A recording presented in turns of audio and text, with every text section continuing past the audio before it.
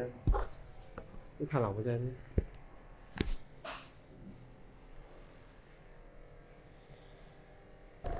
Dễ chịu không?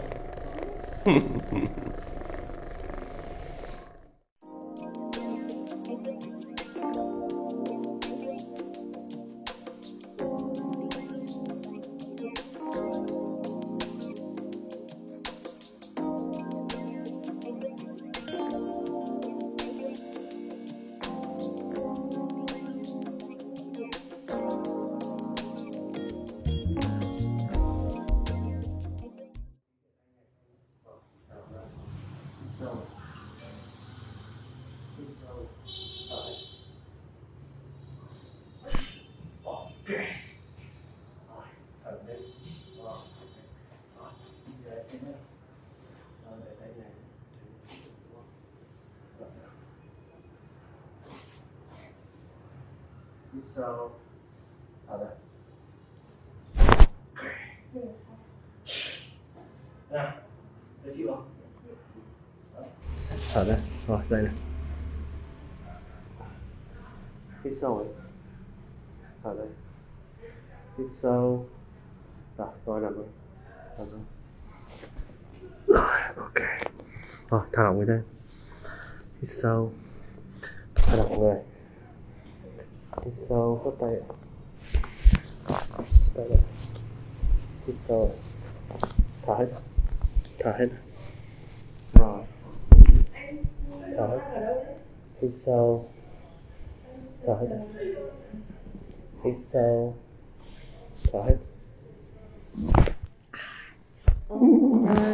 Ôi. To thế. Muốn ngủ luôn. Rồi bỏ lại. Tay gấp vào như này. Tay gấp vào như này. Đúng rồi. Anh đỡ dậy. Hít sâu. Thở ra. Rồi xuống. Hít tay hết cửa. Hít sâu. Thở ra. Hít sâu. Thở hết.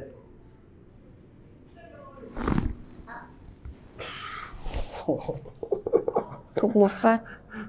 Rồi, bỏ tay xuống. Đúng rồi. Thở đều. Take it easy. Rồi, nước đi. Rồi.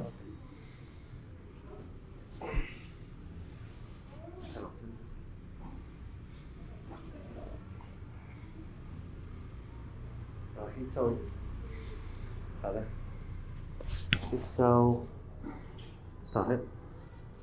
Hít sâu. Thở hết. Hít sâu. Thở hết. Ok. Rồi, em rửa đây.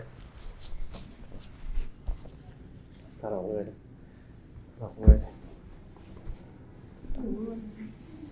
Gấp chân lại.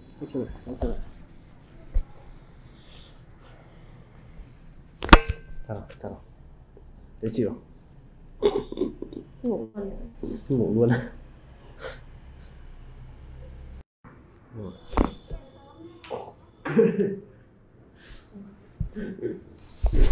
Như này. Phê lắm. Thả lỏng lại, hít sâu. Đưa tay một tay. Tay nắm vào mình. Tay cổ. Rồi.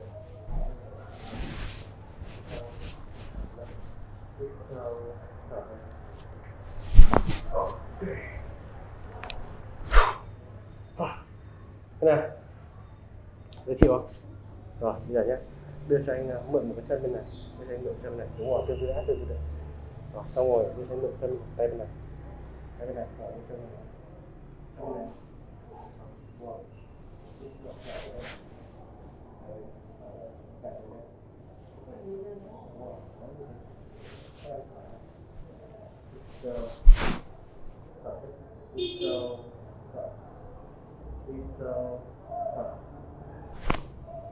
Ok.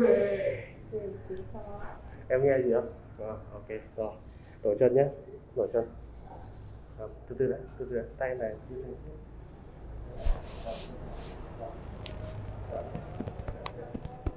sâu. Hít sâu, thở ra. Hít sâu, thở ra. Ôi. Em biết ở đâu không? Đây này. Nó là phần khớp háng này. Khi em ngồi với các thứ ấy, phần khớp háng của mình sẽ tổn thương.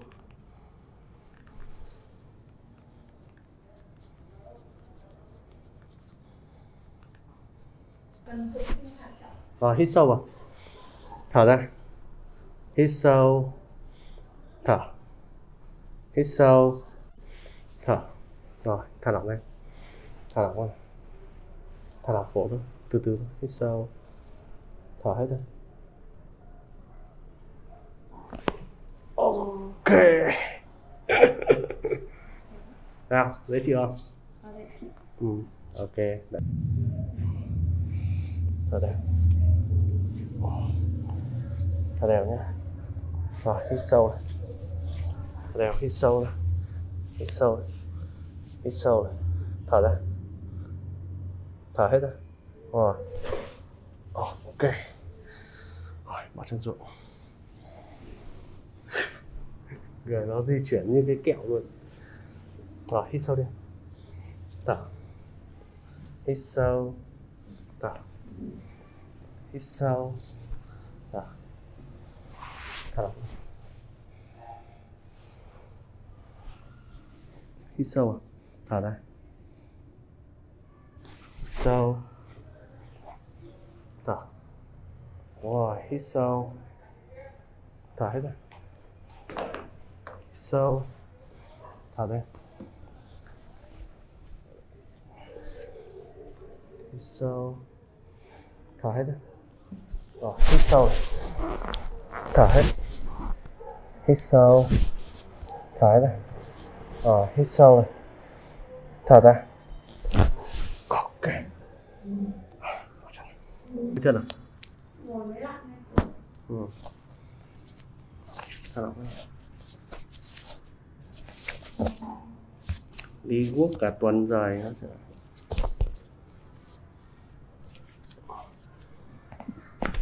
Đó. Chân đấy.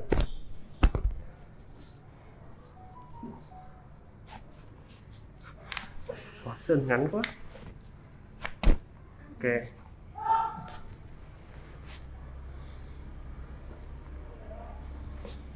Đi guốc nhiều, cổ chân này rất là mỏi. Đó. Thấy không? Mặt của em ấy bây giờ đang lệch hết sang bên này rồi. Thì đầu tiên bây giờ mình sẽ can thiệp nắn chỉnh, và hai nữa là ít anh sẽ hướng dẫn em để ở nhà để làm một số cái vấn đề để khiến nó sẽ đỡ bị căng cơ hàm hơn. Anh kiểm tra. Có phải em bị đau thế này đúng không? Đúng rồi. Rồi, há miệng ra đi em. Rồi, tiếp ngậm lại. Đây là cái chỗ này của em này. Rồi, há tới. Đau hết rồi đúng không? Đúng rồi. Ăn nhai có đau không? Nhai đau. Ok. Lệch rồi. mặt. Thả lỏng đây. Thả lỏng. Hít sâu. Hít sâu. Thở ra. Hít sâu. Thở. Hít sâu. Thở. Hít sâu. Thở hết ra. Rồi, hít sâu. Thở ra. Hít sâu. Thở. Cái mặt như vậy này. Rồi, há miệng ra. Hít sâu. Há miệng ra. Thở. Hít sâu. Há miệng ra. Thở. Ok. Rồi.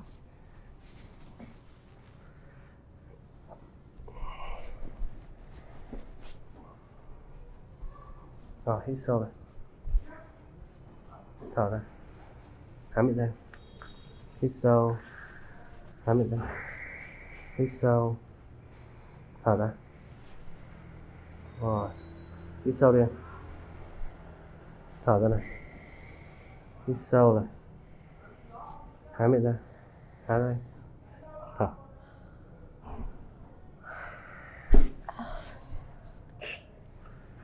Rồi, há miệng đi. Cảm giác như nào? Phê là như nào? Kiểu cảm giác nó đỡ lệch hơn ấy. Ok. Há miệng cử động đi. Cử động đi. Phê chưa? Rồi, hello, xin chào tất cả các bạn. Thì đây là bạn Châu Anh. Thì bạn Châu Anh là đã đến bên mình và đã đến nay là buổi thứ 2. Thì bây giờ sẽ xin một chút gọi là feedback từ bạn Châu Anh. Ok, bạn Châu Anh chào mọi người nhé. Chào mọi người. Ok, thì Châu Anh có thể nói chia sẻ một chút qua về cái tình trạng của mình trước khi đến đây và sau khi đến đây làm 2 buổi rồi thì Châu Anh cảm giác như nào, và Châu Anh có những cái nhận xét gì khi đến đây trải nghiệm các cái dịch vụ của Artrobotics, thì Châu Anh cảm giác ra sao? Thì trước đây thì mình có là làm ngân hàng một thời gian rất là dài, thì mình phải ngồi máy tính rất là nhiều. Thì cái tình trạng của mình là rất là bị đau lưng mỏi vai gáy. Ảnh hưởng rất nhiều đến sức khỏe. Châu Anh kiểu ngồi làm việc kiểu ngồi, thường xuyên bị đau đúng không? Xuyên bị đau và ngủ thì không được sâu giấc. Tức là kiểu mất ngủ giữa chừng ấy. Đúng rồi. Thì rất may là được gặp anh Việt Anh. Thì đã được anh Việt Anh tư vấn và xử lý kịp thời. Thì cũng đã trị liệu được hai lần và đã cảm thấy rất là thoải mái sau khi sử dụng liệu trình. Tình trạng đau nhức mỏi cũng giảm bớt đi khá là đáng kể. Châu Anh thấy cổ với cả vai của mình ấy, thì khi mà tối về Châu Anh ngủ ấy, Châu Anh cảm giác nó có dễ chịu không? Tất nhiên là dễ chịu hơn rồi, và đã cải thiện được giấc ngủ rất là nhiều. Ngủ sâu hơn, ngủ sâu giấc hơn, kiểu rất là thoải mái, rất là ngon đúng không? Ok. Thì Châu Anh có một cái chút lời gì nhắn gửi đến mọi người ở trên YouTube của Artrobotics, cũng như là có một chút gì gọi là nhắn gửi đến mọi người khi mọi người tại vì mọi người nhé, khi mọi người ở nhà xem những clip ấy, mọi người tưởng tượng nó đang rất là đau. Đó, thì là Châu Anh có một chút gì cảm nhận của mình thì khi Châu Anh làm ấy, Châu Anh có một chút nào đấy đau không? Thật ra là làm với anh Việt Anh thì anh Việt Anh rất là có tay nghề. Thì anh làm rất là thoải mái, không hề một chút đau một tí nào cả. Nên là mọi người nên đến để trải nghiệm hơn là xem qua video. Ok, rất là cảm ơn bạn Châu Anh. Thì đó, thì cũng như bạn Châu Anh và đã chia sẻ với rất nhiều người đã đến đây làm và trải nghiệm rồi, thì cái phương pháp này nó giúp các bạn xử lý rất là nhiều cái tình trạng đau mỏi cổ vai gáy của các bạn. Mà hai nữa là với một số buổi rất ít nó có thể khắc phục được rất là nhiều.